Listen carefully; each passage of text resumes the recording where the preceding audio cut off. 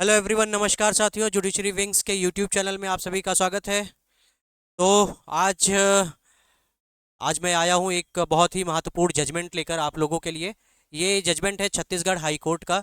जैसा कि आप लोग पीछे बोर्ड पर इसमें देख ही पा रहे होंगे कि second wife can't be prosecuted for bigamy under section 494 of IPC. And अब ये जो 494 आईपीसी में था, अब ये सेक्शन 82 हो गया है बीएनएस में।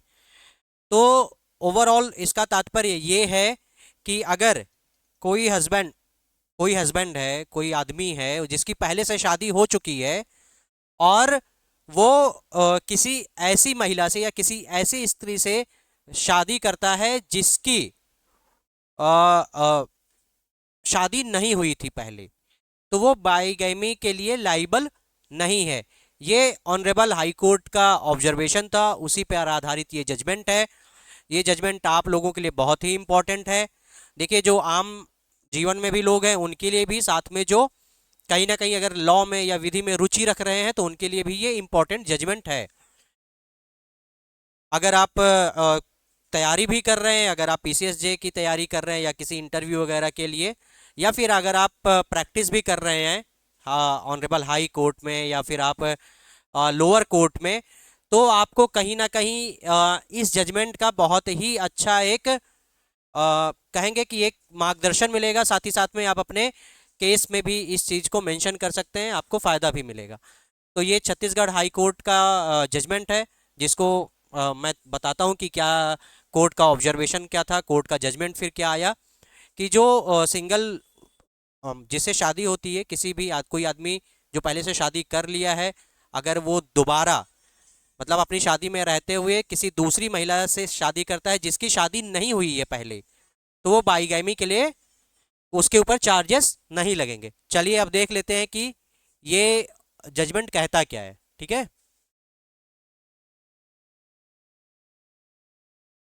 चलिए, ये आप लोग देख रहे होंगे। ठीक है, इसको आप लोग देख लीजिए। छत्तीसगढ़ हाई कोर्ट का है। Second wife who was single can't be prosecuted for bigamy. Bigamy, जो लोग नहीं जानते हैं बाइगैमी का अर्थ क्या होता है, तो बाइगैमी का अर्थ यहाँ पे मैं लिख देता हूँ। क्या होता है? द्वि विवाह। ठीक है, द्वि विवाह अर्थात अगर किसी भी स्त्री की या किसी भी महिला की जिसकी शादी हो चुकी है, और अपनी शादी के दौरान, मतलब अपनी विवाह वैवाहिक जीवन के दौरान, अगर वो फिर से, चाहे वो स्त्री या महिला, किसी अन्य व्यक्ति से शादी करती है, तो वो बाइगैमी के अपराध का दोषी हो जाता है। अगर किसी भी पक्ष की या तो मृत्यु हो जाए तब फिर वो शादी के लिए फिर से एलिजिबल हो जाता है, या फिर वो डाइवोर्स या तलाक हो गया हो तब वो फिर से शादी के लिए योग्य होता है। अगर वो शादी या वैवाहिक जीवन में है, और वो शादी या वैवाहिक जीवन में रहते हुए फिर से शादी करता है, तो वो क्या होगा? बाइगैमी के लिए लाइबल हो जाएगा। और फिर इसमें जो पनिशमेंट है, पहले जो आईपीसी की धारा थी, देखिए दोनों देख लेते हैं। ठीक है, जो आईपीसी की धारा थी, आईपीसी का सेक्शन 494 था। ये किसके लिए था? बाइगैमी के लिए था, द्विविवाह के लिए। अब यही जो धारा बीएनएस, अब क्योंकि अब नया कानून आ गया है, भारतीय न्याय संहिता, तो भारतीय न्याय संहिता में नई धारा जुड़ गई है। इसको फिर से हम लोग लिख लेते हैं बीएनएस। ठीक है, ये हो गया, और आपका सेक्शन है 82। ठीक है, ये चीज़ ध्यान में रखिएगा। ये जजमेंट भी आपके लिए इंपॉर्टेंट है। जैसा कि मैं पहले ही बताया कि अगर आप कहीं भी प्रैक्टिस भी करते हैं, या आप नॉर्मल विधि के विद्यार्थी हैं, या आम मतलब आम जनमानस भी अगर रुचि रखता है, तो भी अपने फायदे वायदे के लिए देख सकते हैं आप लोग कि आप कब कर सकते हैं, कब नहीं कर सकते। सेम परिस्थिति में ऐसा भी हो सकता है, यहाँ पे तो वाइफ के लिए है। मान लीजिए कि कोई स्त्री है जिसकी शादी हो चुकी है, और वो अपने वैवाहिक जीवन के दौरान किसी ऐसे पुरुष से शादी करती है जिसकी शादी ना हुई हो, जिस पुरुष की शादी ना हुई हो, तो क्या वो पुरुष बाइगैमी के लिए लाइबल होगा या नहीं? आप लोग इसका आंसर कमेंट में करके जरूर बताइएगा। चलिए ये पूरा का पूरा हम लोग जजमेंट देख लेते हैं कि ये पूरा जजमेंट है क्या। चलिए ये चीज आप लोग देख लीजिए, ध्यान दे लीजिए, है ना, आगे महत्वपूर्ण होगा, काम आएगा आप लोगों के लिए। चलिए देख लेते हैं क्या बात कर रहा है यहाँ पे a person who is single marrying another, मतलब शादी कर रहा है, another whose marriage is subsisting is not liable under section 494 IPC, but person whose marriage is substituting would be liable, the court said. ठीक है, चलिए अब आगे पूरा का पूरा हम लोग ऑर्डर पढ़ लेते हैं। ये जो जजमेंट पास हुआ था, ये ऑनरेबल जस्टिस अरविंद कुमार वर्मा जी हैं, छत्तीसगढ़ हाई कोर्ट के जज हैं, जस्टिस हैं। उन्होंने इस ऑर्डर को या जजमेंट को दिया है। उनके क्या क्या ऑब्जर्वेशन रहे हैं इस केस को लेके, पूरा का पूरा केस भी देख लेंगे एक ब्रीफ में, और देख लेंगे कि क्या जजमेंट रहा है। जजमेंट तो एक लाइन में सही हो गया, क्लियर हो गया, है ना। अब पूरा का पूरा बैकग्राउंड भी देख लेते हैं। चलिए, Chhattisgarh high court has reaffirmed that a person who is single is married someone already in substituting marriage cannot be held liable for bigamy under section 494 of IPC। अब साथ ही साथ में यहाँ पर आप 494 के साथ में सेक्शन आप क्या जोड़ लेंगे, 82 जोड़ लेंगे। ठीक है, 82 किसका, BNS का। तो इससे क्या होगा कि अभी देखिए जो पुराने केसेस चल रहे हैं कोर्ट में, जो चल रहे हैं वो कहीं ना कहीं IPC से चल रहे हैं, अब नए नए मामले आ रहे हैं BNS से। तो अभी आपको दोनों कानूनों के दोनों प्रावधान पता होने चाहिए और जरूरी भी है।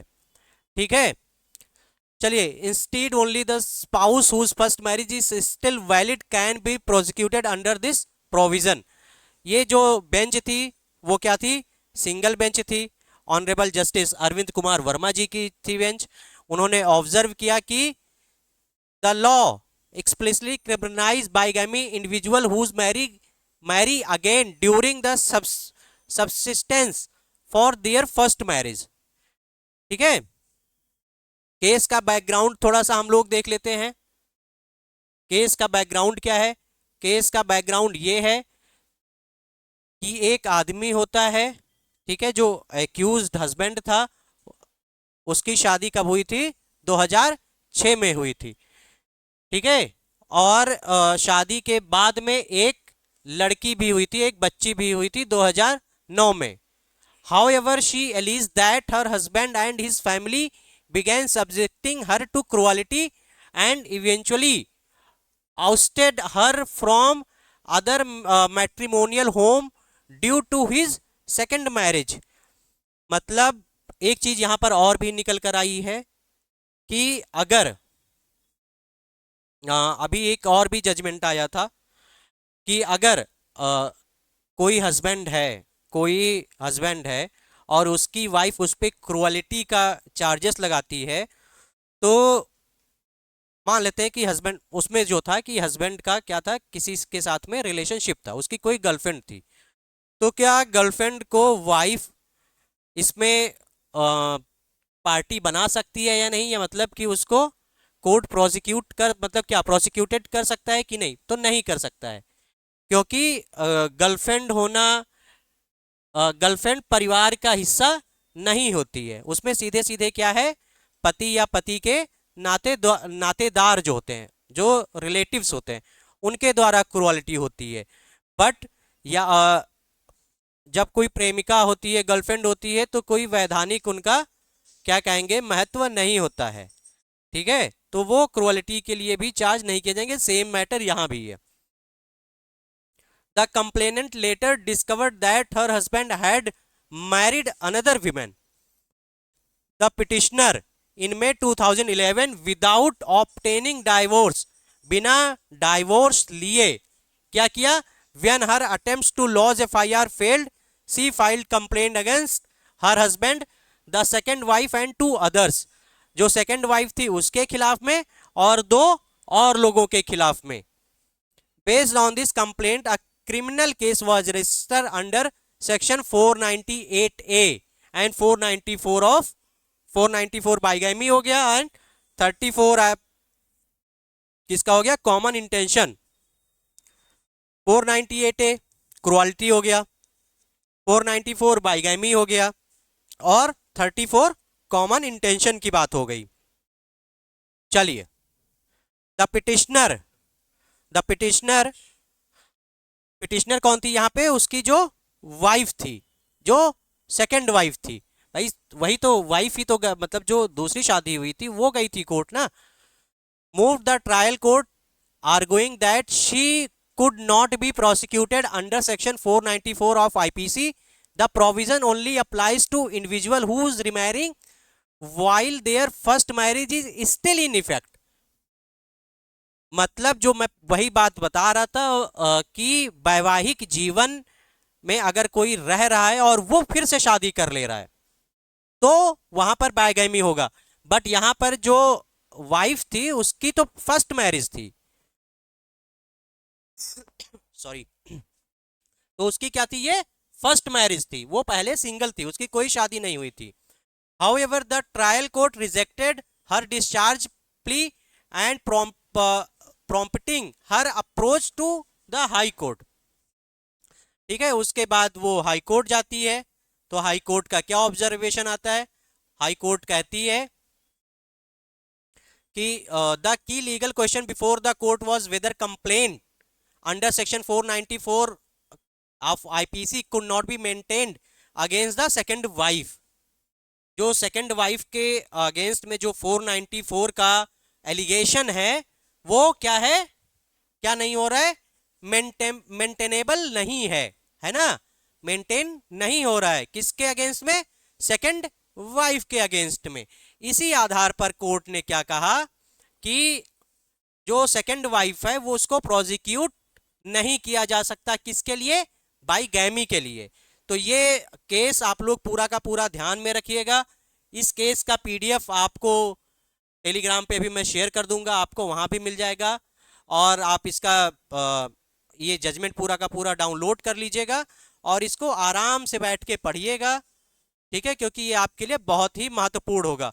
अगर आप वैसे भी अगर आप गूगल पे सर्च करना चाहते हैं तो इसका जो केस टाइटल था वो डॉक्टर मंजू सिन्हा वर्सेस श्रीमती प्यारी दादा सेना एंड अनदर, ठीक है, ये इसका साइटेशन नंबर है, ठीक है।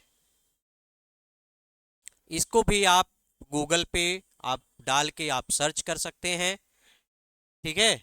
चलिए, अब आगे का हम लोग यहाँ की सेवा यहीं पे समाप्त करते हैं, फिर हम लोग मिलते हैं आपसे जल्दी नेक्स्ट वीडियो में, ठीक है। कल हम लोग सेम टाइम पर सेम समय पे फिर से मिलेंगे।